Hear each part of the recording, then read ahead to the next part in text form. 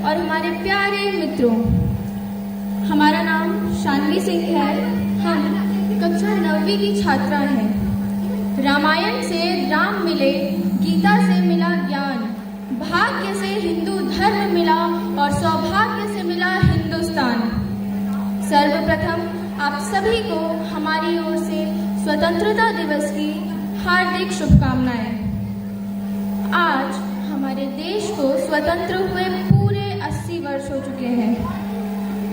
15 अगस्त 1947 वो दिन जब हमारे देश में स्वतंत्रता का ध्वज लहराया था।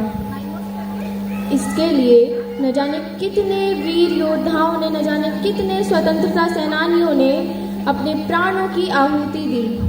हमारा प्रणाम है रानी लक्ष्मीबाई, नाना साहेब, राजा राम मोहन राय और भगत सिंह जैसे उन महान वीर योद्धाओं को जिन्होंने अपना रक्त बहाया, अपने सर कटाए हमारी इस पवित्र मिट्टी के लिए।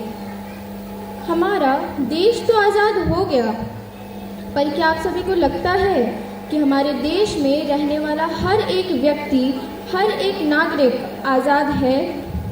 नहीं, हमारे देश में रहने वाला हर व्यक्ति आज़ाद नहीं है। आज हम यहाँ नारियों के बारे में, उनको लेकर समाज की सोच के बारे में और उनकी स्वतंत्रता के बारे में बात करने आए हैं। तो क्या आप सभी को लगता है कि हमारे देश में नारियाँ स्वतंत्र हैं, सुरक्षित हैं? नहीं। क्यों आज भी जब बेटी घर से बाहर हो तो माता पिता को डर लगा रहता है? क्यों? आखिर क्या कारण है इसका? लड़के? हाँ, कह सकते हैं, पर उन्हें लड़कों से अधिक डर समाज का होता है। अगर कोई लड़का किसी लड़की को छेड़े, उसे गलत दृष्टि से देखे और वो लड़की उसके विरुद्ध कोई प्रतिक्रिया ले, कुछ कहने का प्रयास करे, तो ये लोग उसे चुप करा देते हैं कि चुप हो जाओ, तुम लड़की हो, समाज तुम्हें ही दोष देगा। अरे आप और हम ही तो समाज हैं। हमारे देश में अगर किसी लड़की के साथ दुष्कर्म हो जाता है तो भी ये समाज क्या कहेगा? अरे छोटे कपड़े पहने होंगे, रात को घर से बाहर क्यों निकली? कुछ भी हो जाए, दोष वो नारियों को ही देंगे। अरे वो बच्ची थी छोटी सी जिसके साथ दुष्कर्म हुआ, वो डॉक्टर थी नाइट ड्यूटी पर जिसके साथ दुष्कर्म हुआ।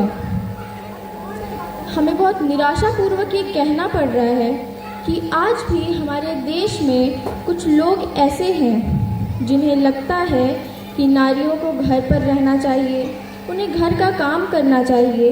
वो सदैव नारियों को खुद से नीचा दिखाने का प्रयास करते हैं। हमारा निवेदन है आज के माता पिता से कि कृपया अपने बच्चों को सही शिक्षा दीजिए।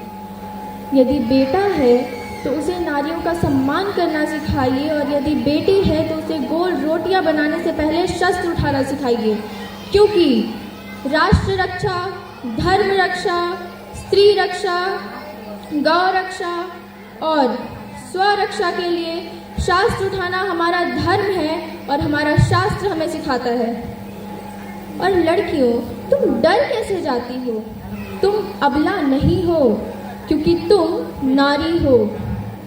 पुरुष संसार चलाता है पर शक्ति नारी देती है। पुरुष होता है, स्त्री होती है, जन्म होता है, मृत्यु होती है। पुरुष न होता यदि स्त्री न होती। स्त्रियों को कमजोर सदैव राक्षसों ने कहा है, देवताओं ने तो सदैव शक्ति कहकर संबोधित किया है। कलंक स्त्रियों का पीछा कभी नहीं छोड़ता, भले वो सीता सी पवित्र और शांत हो या द्रौपदी सी साहसी और जटिल। जब भगवान तक को नहीं छोड़ा गया तो हम तो मनुष्य ही हैं। और हमारा एक प्रश्न है समाज से कि समाज के उन लोगों से जो स्त्रियों को नीचा समझते हैं। कि जब शक्ति, संपत्ति और सद्बुद्धि तीनों ही स्त्रियां हैं, तो आप नीचा दिखाना किसे चाहते हैं? वो स्त्री है, यदि वो त्याग कर सकती है तो तांडव भी कर सकती है। वो यदि सहन कर सकती है तो स्वाहा भी कर सकती है। वो यदि प्राण दे सकती है तो प्राण ले भी सकती है। स्त्री यदि शंका त्याग दे तो स्वयं शंकर बन जाती है। स्त्री यदि भय त्याग दे तो भयंकर बन जाती है। स्त्री यदि रोना त्याग दे तो रौद्र बन जाती है। ये त्रेता युग या द्वापर युग नहीं है कि यहाँ तुम्हें बचाने श्री राम या श्री कृष्ण आएंगे। ये कलयुग है नारियों। यहाँ तुम्हें काली बनकर स्वयं की रक्षा करनी होगी, स्वयं के सम्मान की रक्षा करनी होगी। आप इतिहास उठाकर देख लीजिए, जब जब नारियों का अपमान हुआ है तब तब महाविनाश भी हुआ है। तो अब भी जो नारियों का अपमान करेगा उसका विनाश निश्चित है। हमारे देश को स्वतंत्र हुए 80 वर्ष हो चुके हैं, फिर भी हमें बहुत भारी मन से ये कहना पड़ रहा है कि हमारे देश में अभी भी कुछ लोगों की सोच इतनी गिरी हुई है। याद रखिए, जब बेटी उठ खड़ी होती है तब ही विजय बड़ी होती है। खैर, आज हमारे देश का स्वतंत्रता दिवस है। आज हमारी भारत माँ स्वतंत्र हुई थी। हम अपने भारत देश को तो स्वतंत्र कह सकते हैं, पर हम भारतीयों को स्वतंत्र नहीं कह सकते। हम हमारे देश से बहुत प्रेम करते हैं, और यदि कोई पूछे कि भारत क्या है तुम्हारे लिए, तो कहिएगा कि भारत केवल एक देश नहीं है हमारे लिए। भारत हमारी माता है। ये अर्पण की भूमि है, ये तर्पण की भूमि है। यहाँ का कंकड़ कंकड़ हमारे लिए शंकर है। यहाँ की नदी नदी हमारे लिए गंगा है।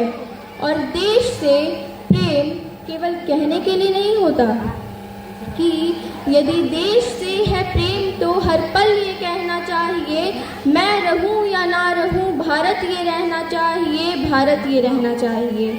देश से है प्रेम तो आंखों में झलकना चाहिए, मैं रहूं या ना रहूं, भारत ये रहना चाहिए, भारत ये रहना चाहिए। हमें बहुत गर्व है इस बात पर कि हम एक भारतीय हैं, और हम भगवान से ये प्रार्थना करते हैं कि हमें एक अवसर अवश्य दें, और साथ ही एक हिम्मत भी दें कि हम अपने देश के लिए कुछ बड़ा कर सकें। और आप सब भी अपना आशीर्वाद हम पर बनाए रखें ताकि हमने जो सोचा है वो हम कर पाएं। एक बार और आप सभी को हमारी ओर से स्वतंत्रता दिवस की बहुत बहुत शुभकामनाएं। तो इसी के साथ हम अपनी वाणी को विराम देना चाहते हैं। जय हिंद, जय भारत, जय मां उग्रतारा। धन्यवाद।